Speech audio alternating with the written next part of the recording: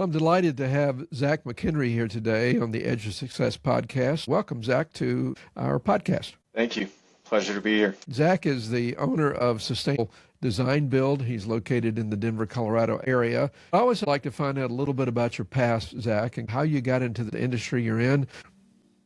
Sure. Yeah, so Sustainable Design Build, we are a full turnkey design build firm. So we have architecture in-house and interior design in-house here. We walk clients through their vision, set bumpers with budgets, and design a space that we know they can afford to build. And then we yield a really good product out of that, and we're able to safeguard folks' budgets so we don't have big overruns and go over our cost allocations. We primarily focus on ADUs, large additions, and custom homes here in Denver. Okay, interesting. Yeah, what caught my attention was not have large overruns. Anybody who's built before always knows that's a concern, and you try to control everything you can, but it's good to have someone watching your back. A little bit about your background. Sure. So my grandfather was a developer. He grew up in Arvada, kind of on the northwest side of the Denver metro area here, and he did a lot of development. My dad and uncles became builders to build out the dirt work. He was doing the being an incorporation part of the development, and they started building his homes when they were all in their mid-20s. So the next generation, when I was growing up, I was loaned out as slave labor on job sites to sweep and clean up and fill whatever task I could. And so I got a pretty good, candid look at how homes come together, how those homeowner relationships operate, and the functions of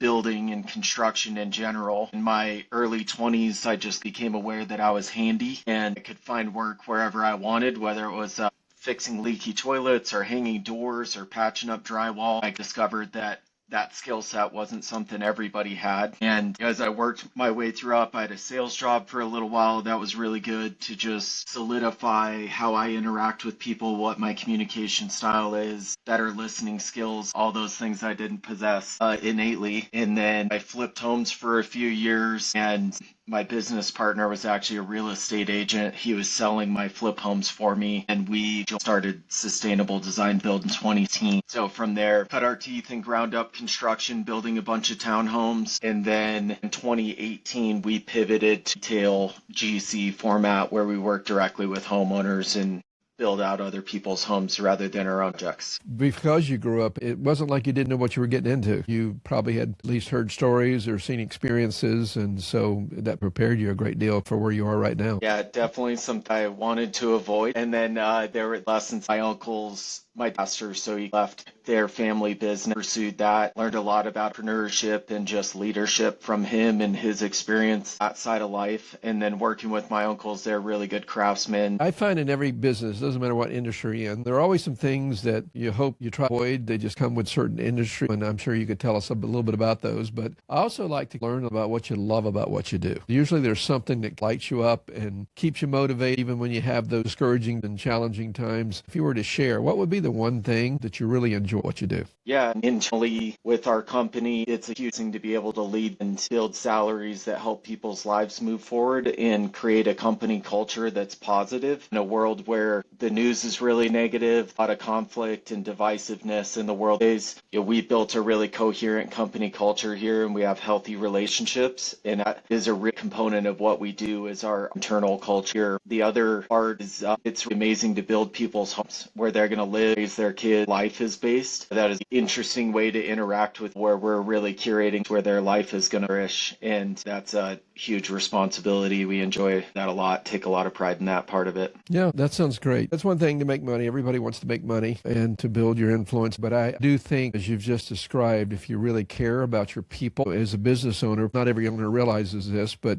good people, you really just can't do what you need to do. So having a good culture is super important. And then caring about your customers, and I think even envisioning them living in their homes, their families up from generation to generation, tells a lot about you, that it's more than just making money. It's really about investing in people. And I think that's a great thing. There are always some challenges. What would be one or two that stick out for you in what you do? I'm creating an immense amount of discomfort for folks. We're distant from their home primarily, so they usually need to go get a rental or live somewhere else while we're tearing their house apart. Expensive. It's very stressful. It's really pushed myself and my team to develop really high level people skills, navigate those discomforts with people. One of the huge challenges is it's stressful. It is a lot of money and it takes a while, and cultivating relationships that can sustain that level of stress is really high level personal skills. That's been one of the major challenges. Yeah, I would think good communication skills as well, because if you don't help them know where they are and where you are in the process, you either share the narrative or they create their own narrative, which is usually not a positive one. So anyway, in addition to challenges, there are probably some opportunities. As you think about what you're doing and the impact you're having, what do you see future opportunities that you have as a business owner you're excited about? Yeah, Denver has been a really flurkit for a time, and that was really exciting. Denver's going to continue to grow. Our real estate market's health. People have developed a lot of equity because they appreciate in the market. The opportunity on side of all these aging homes that were built in the 40s and 50s around the Denver metro area to go in, give them a new life, refresh, and be able to keep those historic homes in place, that's really an awesome thing. And there's no shortage of aging homes. And then our current kind of social dynamic in America, we're not producing the same percentage of kind of blue collar workers as we were a couple decades ago. So there's a really great opportunity for people to step into a field and develop a really tangible skill that will translate anywhere you want to move, anywhere you want to go. Those craftsmanship or trade-oriented skills are really valuable, and there's a lot of opportunity comes along with that as well. Yeah, that's great. Pretty much if you have a trade and you're good in your trade, there's lots of opportunity out there because people are building. I think even the AI emphasis, they're talking a lot about electricians and the amount of electricians that will be needed over the next decade or so. What sticks out to you as you think about just your personal development as a leader and as a business owner through the years? The first thing that comes to mind, I am a husband, I'm a dad and a son, and I have all these roles in life that I feel for my family and friends, and then I'm a business person as well. I think the thing that jumps out the most clearly to me is figuring out things to where you have a balance of ambition and striving, yearning for, you have a goal that you're trying to, that's important to have that engine behind you that's going to push you through the hard days. Finding a balance that in kind of content and being able to go home and be a good dad and be a good husband, that has been one of the harder things for me to achieve in life. I think ambition's good. It's good to have that drive. It's good to have that hunger for that has to be tempered with presence and peace in a way that you're not just unhappy, because as you kind of climb these rungs in your life,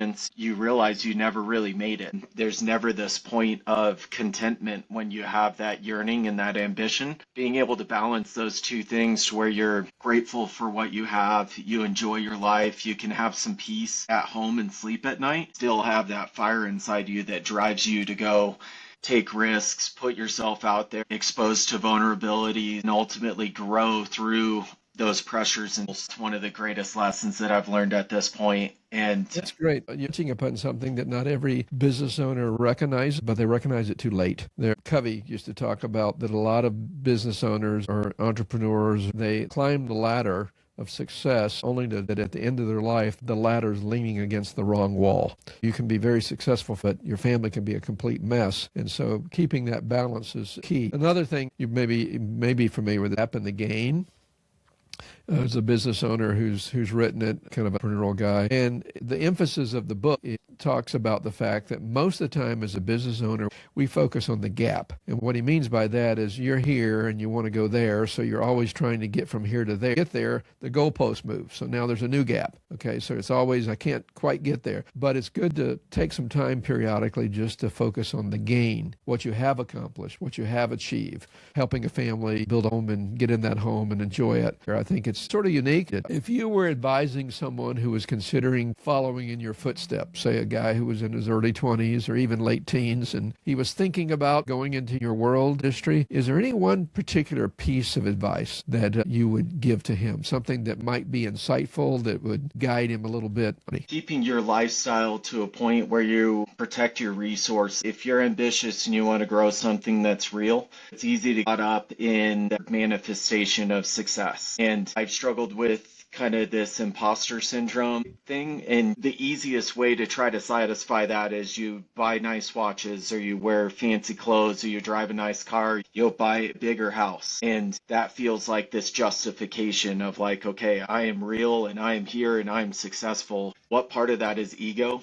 that strives to show you have value to the world through that outward manifestation? If you can control that component and keep your life humble and simple and minimalist on the personal side, then later you're deferring that outward expression more and more. Some of the most successful people I know, you would never know it. If you run into them at the store and they're wearing their favorite old pair of shoes that's all beat up and worn out, and they're typically not wearing Rolexes and driving Maseratis. They're got really reliable old model cars that they love, and they live in a simple house. And the level of success they can achieve is shocking compared to most people that you would see as that outward expression. You see a lot of like sports success where people, they wear their fancy chains and they live in their mansions, and the harsh fact is they're broke. As soon as their contract runs out, there's no money behind that lifestyle. It just was frivolity. So to build on something real and start with real concrete foundation, build up your base and keep your life simple, it'll allow you to focus your energy and your resource in a direction that will yield more resource later. Particularly in the long run. Yeah. I've noticed through the years that it's not uncommon the people that look like they have money don't have money. The people that look like they don't have a dime sometimes are the most wealthy people that you can ever meet, and you would not know that. So I certainly have found that to be true. Lastly, Zach, here, if people wanted to learn more about you and about your company, and maybe they live in the Denver area and would like to connect with you about doing some work for them, what would be the best way for them to connect with you? Yeah, so you can find us at our website, www.sdb-denver.com. And then we're on Instagram, and I'm not so good with the social media part. We've got a guy that manages that, but our Instagram page is pretty active, and that's really the best place to get a hold of us, see our portfolio, and get a better idea of who we are as a company and what we do. All right. Well, thank you so much. I feel like people got a good flavor, an understanding of you and your values and your desire to do good work and take care of your people. And there's a lot to be said for that. So I really appreciate you joining me today on The Edge of Success. Yeah, absolutely. Thank you, Dave.